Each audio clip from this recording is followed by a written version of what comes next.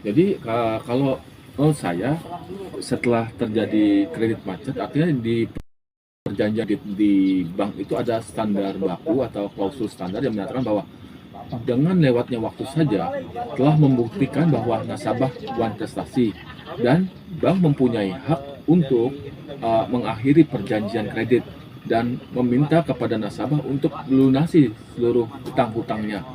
Artinya ketika bank nasabah bukan prestasi, kemudian ada langkah-langkah yang harus dilakukan oleh bank, diantaranya somasi 1, somasi 2, dan somasi 3. Ketika ketiga somasi ini sudah dilakukan dan ternyata nasabah juga belum bisa melunasi hutang-hutangnya, maka nasabah biasanya dikasih kesempatan untuk menjual sendiri harga yang dikendaki oleh nasabah sendiri. Ketika sudah, artinya dengan penjualan sukarela kalau kita menyebutnya.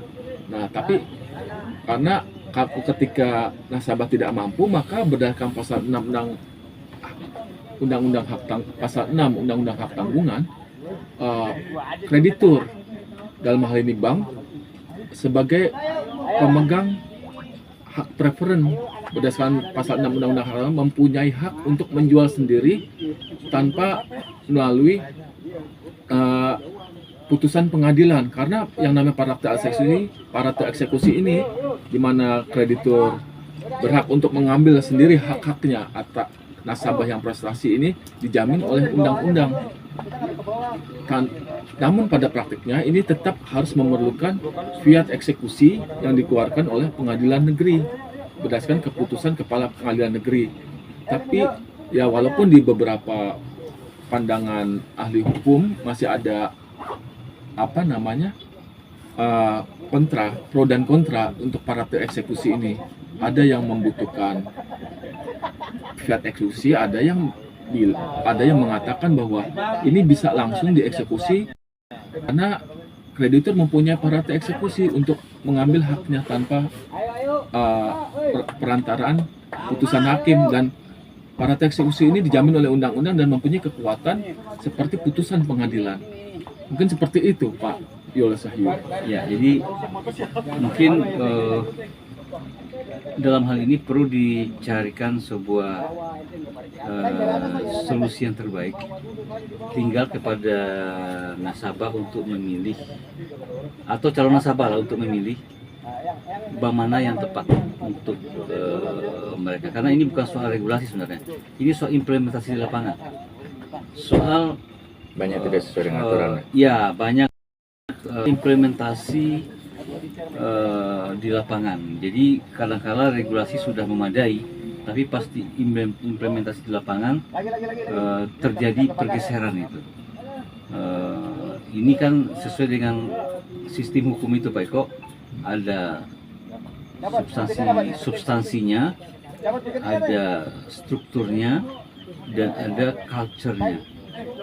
Ini mungkin substansi norma hukumnya sudah bagus, strukturnya lumayan, tapi culture-nya, legal culture-nya bermasalah. Budaya, SDM di perbankan itu mungkin kurang pengawasan.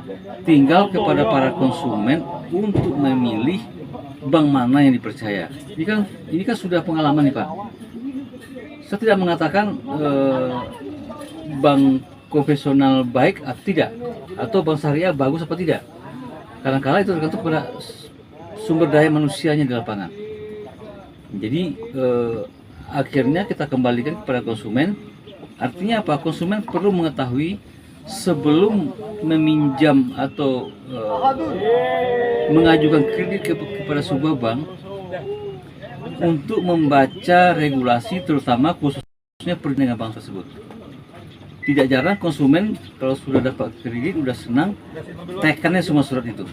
Ya betul, Pak. Akhirnya pas akan terjadi Termasuk bermasalah, ketika terjadi masalah, terutama akan terjadi eksekusi, maka di situ baru baca, kaget. Malah dia tidak tahu kalau dia sudah menandatangani surat kuasa untuk menjual. Loh, kok dijual aset saya? Padahal dia ketika awal kredit dia sudah menandatangani Pak, ya mungkin bisa saya tambahkan, di samping kuasa menjual, mungkin yang lebih substansi lagi, mereka menandatangani perjanjian penjaminan hutang yang kita sebut pembebanan hak tanggungan, dan ini yang mempunyai titel eksekutorial. Kalau mungkin berdasarkan pengalaman saya, kalau cuma suara kuasa jual itu semacam kertas, Pak Yo. Iya. Jadi yang lebih terpenting adalah nasabah mungkin harus lebih berhati-hati ketika menandatangani APHT, akta pembebanan hak tanggungan. Karena ketika akta pembebanan hak tanggungan ini telah ditandatangani, maka dia berarti memberikan persetujuan ketika One Prestasi harus menyerahkan asetnya untuk dilelang. Seperti itu mungkin ya Pak ya. Sedikit ya penjelasan dari Pak Dir tadi sama Pak Ito. Ini lebih menarik menurut saya ketika implementasi itu tidak sesuai dengan regulasi tidak sesuai implementasi. Regulasi tidak sesuai. Contohnya dia mengeluh waktu COVID itu kan pemerintah presiden sendiri melakukan restrukturisasi reformisasi ya. Yang waktu masa COVID itu 1 tahun. Ada kebijakan. Ya, ada kebijakan untuk Itu juga kita melakukan transaksi dengan bank melalui online. Ya, 1 tahun kan. Transaksi dengan bank 1 online. Itu sudah dilakukan. Setelah 1 tahun berjalan, kan timbul lagi tagihan. Tapi tagihannya lebih besar katanya daripada sebelumnya. Terus saya bertanya ke pihak bank.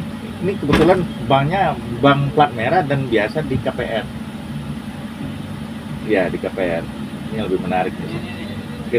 Katanya dia waktu bertanya ke situ, tuh, kenapa tagihannya nggak naik? Mohon maaf semalam ramai. Ada Pak. Kenapa tagihannya naik? Sementara kan dia ada remunerasi. Jadi kata orang bank itu adalah akumulasi dari masa COVID 1 tahun itu. Jadi tagihannya jadi naik. Tadinya tagihannya 1,7 jadi 1,9. Dia bertanya, kok bisa naik? Kan ini kebijakan pemerintah. Dijawab oleh yang bagian pihak bank, itu kan kebijakan presiden, tapi keputusan dari bank kan belum ada. Nah, ini salah satu implementasi yang tidak sesuai dengan regulasi.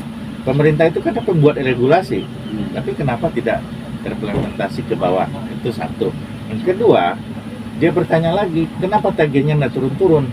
Harusnya kan dia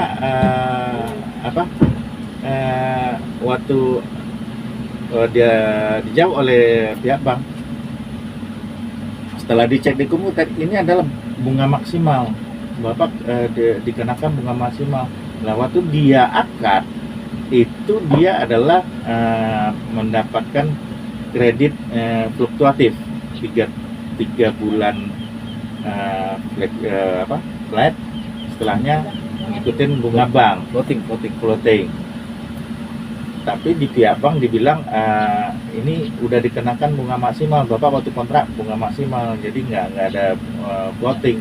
Nah, hal-hal seperti ini dia bertanya, kita bisa melakukan langkah apa ini gitu. Jadi solusinya kepada cabah ketika akan menerima kredit, baca semua dokumen yang ada. Tapi kadang-kala bank tidak memberi kesempatan yang panjang yang memadai untuk itu. Betul. Ketika kemudian disodorkannya kertas itu, Suruh tanda tangan. disuruh tanda tangan itu. Seyogyanya yang benar itu dikasih kesempatan untuk membaca. Kalau boleh idealisnya, tolong dibaca, bawa pulang. Besok sini lagi. Diskusi kan. Ini mungkin Tapi bank sudah menyodorkan perjanjian sepihak namanya. kalau dalam bahasa hukumnya mungkin kita bisa sebut misbruik van omstandigheden. Jadi penyalahgunaan posisi antara nasabah dengan bank. Ya. Makanya di akhir-akhir atau ketika terjadi masalah, terjadi kredit macet, di situ timbul masalah. Karena sudah dari awal terjadi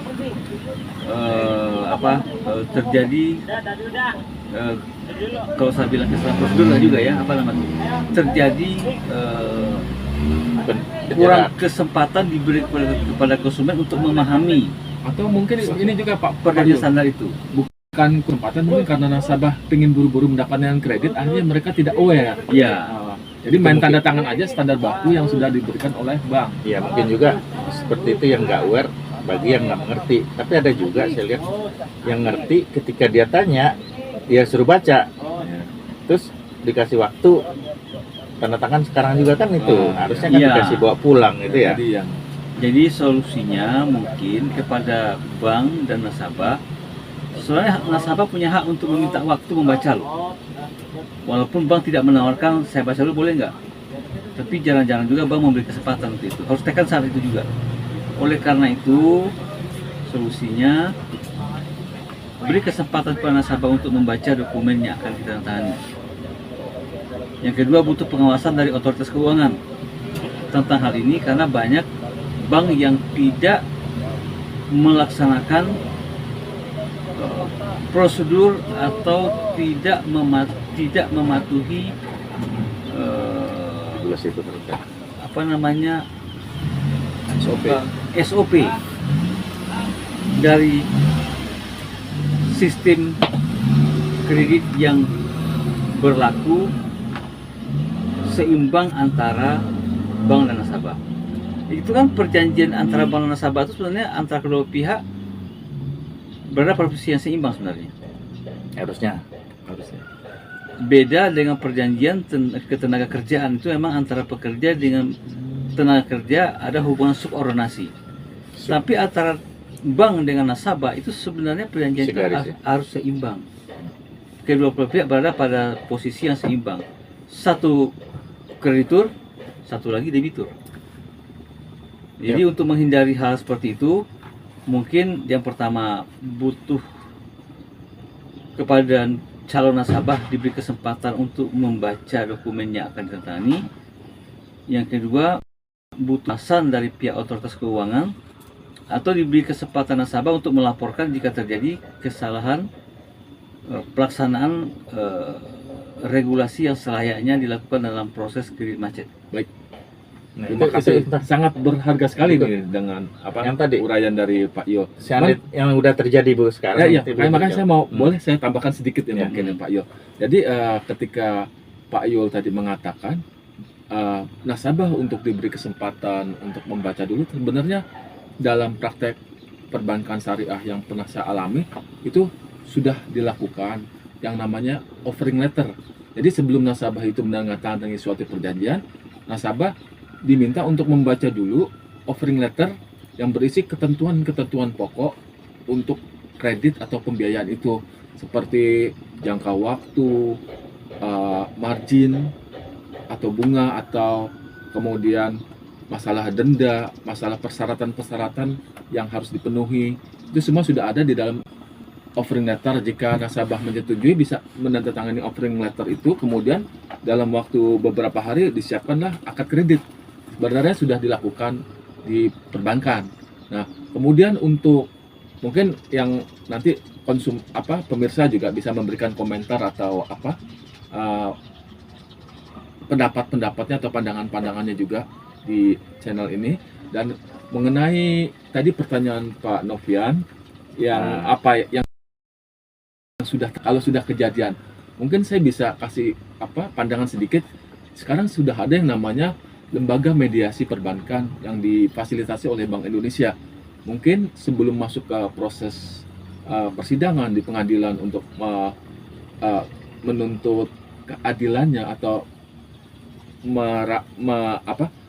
merasa tidak mendapatkan keadilan, mungkin bisa dimediasi oleh lembaga mediasi perbankan ini. Mungkin seperti itu Pak Novian. Ya, nanti mungkin dari pemirsa atau siapapun yang menonton ini bisa memberikan pandangan-pandangan atau komen-komennya, dan nantikan lagi pembahasan kami tentang masalah seputar hukum di channel ini. Baik, terima kasih kepada Bapak Novian dan juga kepada Bapak Yulianto Sahyu, Direktur LBH ICMI. Semoga apa yang kita perbincangan hari ini bisa Bermanfaat. bermanfaat dan bisa diambil hikmahnya untuk pemirsa sekalian. Terima kasih. Wassalamualaikum warahmatullahi wabarakatuh. Waalaikumsalam warahmatullahi wabarakatuh.